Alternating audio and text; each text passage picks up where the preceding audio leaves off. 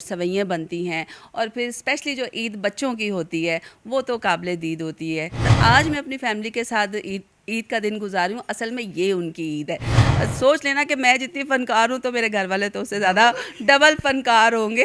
तो आज मेरे माइंड में एक बहुत ही अच्छी यूनिक सी डिश आ रही है जिसको हम पुलाव कहते हैं और ये यकीनन ख़याली नहीं है। बचपन इसको कहते हैं कि मेरे पास एक रेड नोट आया और एक ब्लू नोट आया तो मैंने कहा कि नहीं, मैं शो रुपये ही लेना है। तो मेरा ख्याल है इस दफ़ा मैंने तकरीबन को 15 के करीब सूट बनाए हैं, जो कि आपको पता है कि अच्छा खासा एक खर्चा भी हो गया है। हम एक से दूसरी बार सूट भी रिपीट नहीं करते, कहते हैं कि नहीं यार वो वहाँ पहना था, स्क्रीन पे आना है तो वो अच्छा नहीं लगता। तो उस सूट की बारी फिर अगले साल शायद आ सकती है, लेकिन उस साल तो वो आती ही नहीं है। आई लव यू यार, आप सबको दिल से मुआ। आजा वलीदाया ने तेरे बाजों वतन उदासे, तेरे बाजों वतन उदासे खांदियां हुण तन्हाइयां नी। आजा वलीदाया नी।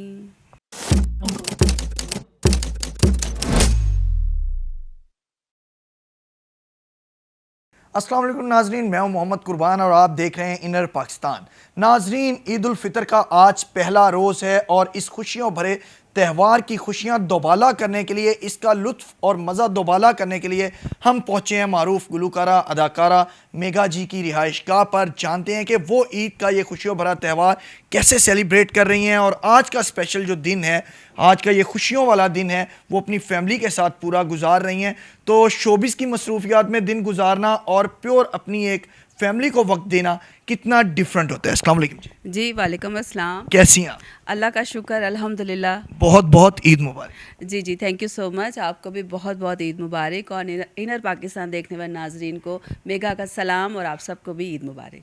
क्या मसरूफियात होती हैं ईद के रोज़, कैसे आगाज़ होता है, फिर पूरे दिन का क्या शेड्यूल? देखिए, ईद का जो दिन होता है स्पेशली तो चांद रात से स्टार्ट हो जाती है। तो चांद रात की एक्टिविटी के बाद जब सुबह नमाज ईद के बाद तैयारी घर में स्टार्ट होती है और सवैयाँ बनती हैं और फिर स्पेशली जो ईद बच्चों की होती है वो तो काबिल दीद होती है। और ज़ाहिर बात है, एक हर बंदे की फैमिली होती है और उनकी यही डिमांड होती है कि जो ईद का दिन है वो स्पेशली हमारे साथ गुजारा जाए। और आज मैं अपनी फैमिली के साथ ईद ईद का दिन गुजारी हूँ। असल में ये उनकी ईद है, क्योंकि इतनी माशाल्लाह हमारी बिज़ी लाइफ होती है कि कभी हम पाकिस्तान में होते हुए भी हम वो टाइम अपनी फैमिली को नहीं देते जो उनको देना चाहिए। तो लिहाजा आज का मैंने सारा दिन, लेकिन बीच में आपकी एंट्री फिर भी हुई है कुर्बान। मतलब कि मैं ये भी कहती हूँ ना कि मेरी एक फैमिली मीडिया भी है और मेरे घर की फैमिली है जिसको मैं हमेशा पैरेलल लेके चलती हूँ। तो माशाल्लाह माशाल्लाह आज आप भी हैं और भी लोग माशाल्लाह मेहमान आ रहे हैं और घर भी है। तो आज का दिन तो मेरा बहुत एक्साइटिंग गुजरने वाला है। मैंने आपकी बातों से एक बात जो है वो नोट की है कि आप फ़नकार हैं, इसीलिए आप घर वालों को भी फ़नकारी दिखा गई हैं कि कैश में उनको ईदी देने की बजाय आपने सिर्फ उनको खाना शाना बना के कह दिया कि यही उनके लिए। नहीं, असल में वो मुझसे ज़्यादा फ़नकार हैं, क्योंकि वो ईद से पहले मुझसे ना बहुत सारी ईदी वसूल कर लेते हैं, कपड़ों की शक्ल में, जूतों की शक्ल में, और भी जो उनकी डिमांड्स होती हैं वो पूरा अपना घर करके ना, तो फिर वो कहते हैं कि हाँ अब ठीक है, अब हमारा घर पूरा हो गया। तो लिहाजा सोच लेना कि मैं जितनी फ़नकार हूँ तो मेरे घर वाले तो उससे ज़्यादा डबल फ़नकार होंगे। तो ये फ़नकारियाँ तो चलती रहती। क्या ख़ास बनाकर खिलाती हैं ईद के रोज़ उनको? क्या पसंदीदा अपने लिए क्या ख़ास बनाती हैं, फैमिली के लिए क्या? अच्छा, मैं तो ज़्यादा मेरी कोशिश होती है कि फ़ैमिली में टाइम दूँ, और चूँकि ज़्यादातर माशाल्लाह कुकिंग मेरी सिस्टर करती हैं, वो घर वाले करते हैं, लेकिन ईद के दिन मैं कहती हूँ कि यार अगर मैं इनको टाइम दे रही हूँ तो मैं अपने हाथ से कुछ स्पेशल बना के इनको खिलाऊँ।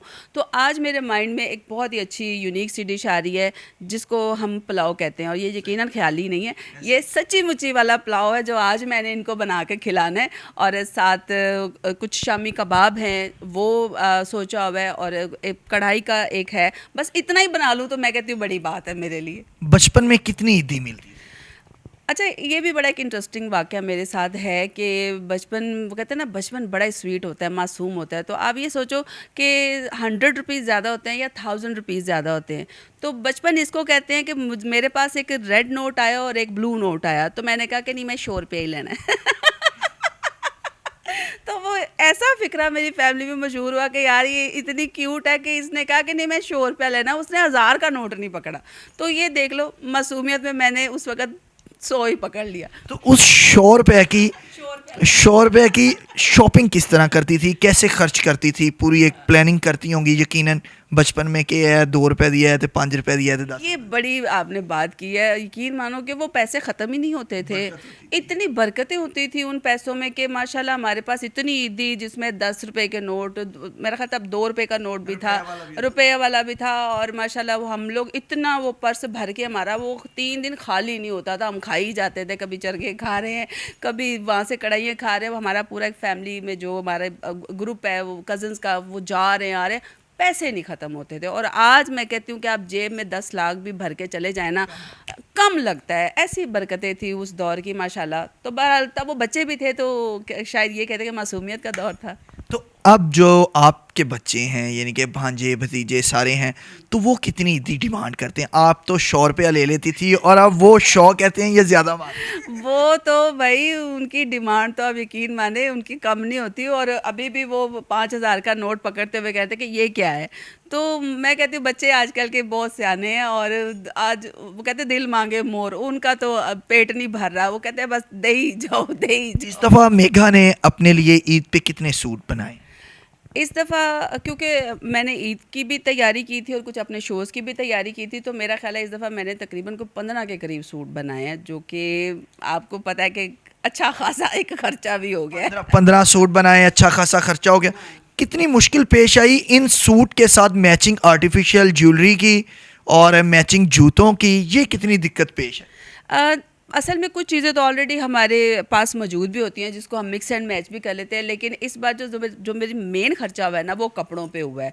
और माशाल्लाह उसमें कम से कम मेरा ना 1.5-2 लाख रुपया ना वो लग गया है। तो अब मेरा रोने को भी दिल कर रहा है कि इतना खर्चा कर ले, क्योंकि हम एक से दूसरी बार सूट भी रिपीट नहीं करते। कहते हैं कि नहीं यार वो वहाँ पहना था, स्क्रीन पे आना है तो वो अच्छा नहीं लगता। तो उस सूट की बारी फिर अगले साल शायद आ सकती है, लेकिन उस साल तो वो आती ही नहीं है। तो अच्छा खासा खर्चा हो गया। सुने इस दफ़ा ईद पे आपने 2 गाने भी रिलीज़ किए हैं, तो वो कौन कौन से गाने हैं? कौन शायर है, कौन मौसीकार है, और सारा वो भी ज़रा डिटेल हमारे साथ शेयर। जी, इस ईद पर चूँकि ईद आपको पता है छोटी ईद का बड़ा इंतज़ार होता है, और हमें भी बहुत इंतज़ार था कि इस ईद पर हम ऐसा क्या करें कि लोगों को डबल हम एंटरटेन कर सकें। तो इस बार ईदी के तौर पे 2 गाने ना मैं अपने फैंस को दे रही हूँ। एक गाना मेरा आ रहा है शाहिद अली खान साहब के साथ, जिंद माही माही कू के। इसमें आपको अदाकारा मेघा नज़र आएगी, आगा फ़हद अली ख़ान के साथ अदाकारी करते हुए। और ये कनाडा के मशहूर सिंगर कवाल हैं जिनके साथ ही हमने कंबाइन वेंचर किया है। इसमें कनाडा में भी शूटिंग हुई है और पाकिस्तान में भी शूटिंग हुई है। तो यकीनन आप वो प्रोमो ज़रूर दिखाइएगा नाज़रीन के साथ, जिंद माही माही कू के। और माशाल्लाह वहाँ की टीम ने भी काम किया और यहाँ पर हमारी टीम ने भी काम किया। जो सेकंड सॉन्ग मेरा आया है आजा वल ईदा आइयां ने, तो ज़ाहिर है ईद के हवाले से ये एक बड़ा यूनिक सॉन्ग है। और स्पेशली ये हमारे उन परदेसी लोगों के लिए, परदेसी बहन भाइयों के लिए जो कि परदेस में रहते हैं या पाकिस्तान में रहते हुए भी दूसरे शहरों में रहते हैं और वो अपने घर में ईद नहीं मनाते अपनी फैमिली के साथ। तो इस गाने को बनाने में भी हमने बहुत मेहनत की है। मुझे लगता है आप इंतज़ार में रहती हैं कि कोई इवेंट आए ऐसा कि उस पर गाना बनाया जाए। मैच आते हैं तो मैचों पे गाना बना देती हैं, कोई और बड़ा त्यौहार आता है तो उस पर गाना बना देती हैं, ईद आई है तो ईद पे गाना बना दी। बिल्कुल, आर्टिस्ट ही वही है जो ऑलराउंडर हो और मौका को हाथ से जाने ना दे। क्योंकि देखिए जो जीता वही सिकंदर, और यहाँ पर तो भाई जिसकी नज़र तेज़ है ना वही ख़तरों का खिलाड़ी है। तो हर फनकार की कोशिश होती है और स्पेशली मेरी ये कोशिश होती है कि मैं ज़रूर यहाँ पे ये बात ऐड ऑन करूँ। आपने आज तक मेरा जितना काम देखा कि आपको लगा कि किसी का कॉपी है या किसी से इंस्पायर है? हाँ, आप किसी से इंस्पायर होते हो, लेकिन ये नहीं होता कि आप सारी चीज़ें उसकी उठा के चोरी करके डालें, कॉपी पेस्ट कर लें।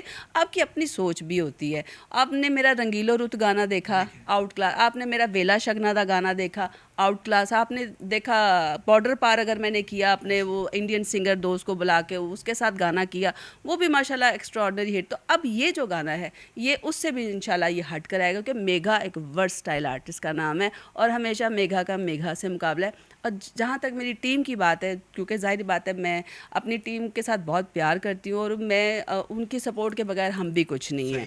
आप यहाँ काम करें, आपके कैमरे के पीछे भी आपकी एक टीम मौजूद होती है। तो हमें स्पेशली उन लोगों को अप्रिशिएट करना चाहिए और इस पूरे हमारे काम को माशाल्लाह मेरे जो जितना भी मैनेजमेंट का काम होता है वो ज़ीशान अली जानू साहब करते हैं, वकास अली कोरियोग्राफ के तौर पर करते हैं, पप्पू सम्राट साहब से स्पेशली मैंने टाइम लेके उनसे ये गाने मैंने डायरेक्ट करवाए हैं। एसोसिएट डायरेक्टर रज़ाक मुन्ना साहब हैं, और जो डीओपी जो जिनकी टेक्निकल टीम है हमारी वो सारी इमरान की है। तो मेरा ख्याल है इन इन लोगों के बगैर हम कर नहीं सकते। गुलदस्ता खूबसूरत गुलदस्ता है। तो अब ईद की बातें हो गई, गाना भी आपने रिलीज़ कर दिया। अब क्योंकि खुशियों भरा त्यौहार है तो ईदी तो आपके फैंस की भी बनती है कि जिनको इंतज़ार होता है कि नया क्या चीज़ आ रही है मेगा की तरफ से मार्केट में, और अब ईद पे गाना आया है तो वो भी थोड़ा सा उनके लिए गुनगुना दें। और बिल्कुल, और मैं स्पेशली थैंक्स करना चाहती हूँ मुझसे प्यार करने वालों का, जो सिर्फ मेरे काम से प्यार करते हैं। और आपने देखा है कि मेरा एक ऑर्गेनिक चैनल है जिस पर अभी उसको हम बेबी चैनल कहते हैं, तो उसके हज़ारों में व्यूज़ आ चुके हैं अल्हम्दुलिल्लाह। तो ये माशाल्लाह, मैं आई लव यू यार, आप सबको दिल से मुआ। और आपके लिए आजा वलीदाया ने, तेरे बाजों वतन उदासे, तेरे बाजों वतन उदासे, खांदियां हुण तन्हाइयां नी, आजा वलीदाया नी। बहुत शुक्रिया मेगा जी। जी नाज़रीन, आपने मेगा जी की खूबसूरत गुफ्तगू सुनी और उनके गीत की शायरी पर भी आपने गौर किया होगा यकीनन कि किस तरह से वो अपने चाहने वालों की नब्ज़ पर हाथ रखती हैं। उन्होंने ईद के इस खुशियों भरे त्यौहार पर ना सिर्फ ईद के मौके पर मबनी शायरी पर गीत गुनगुनाया है, बल्कि इसके साथ साथ उन्होंने एक बहुत खूबसूरत इस गाने के ज़रिए परदेसी बहन भाइयों के लिए मैसेज भी दिया है। उम्मीद है हमारा ये इंटरव्यू आपको पसंद आया होगा। मुझे मोहम्मद कुर्बान को दीजिए इजाज़त। अल्लाह के बाद।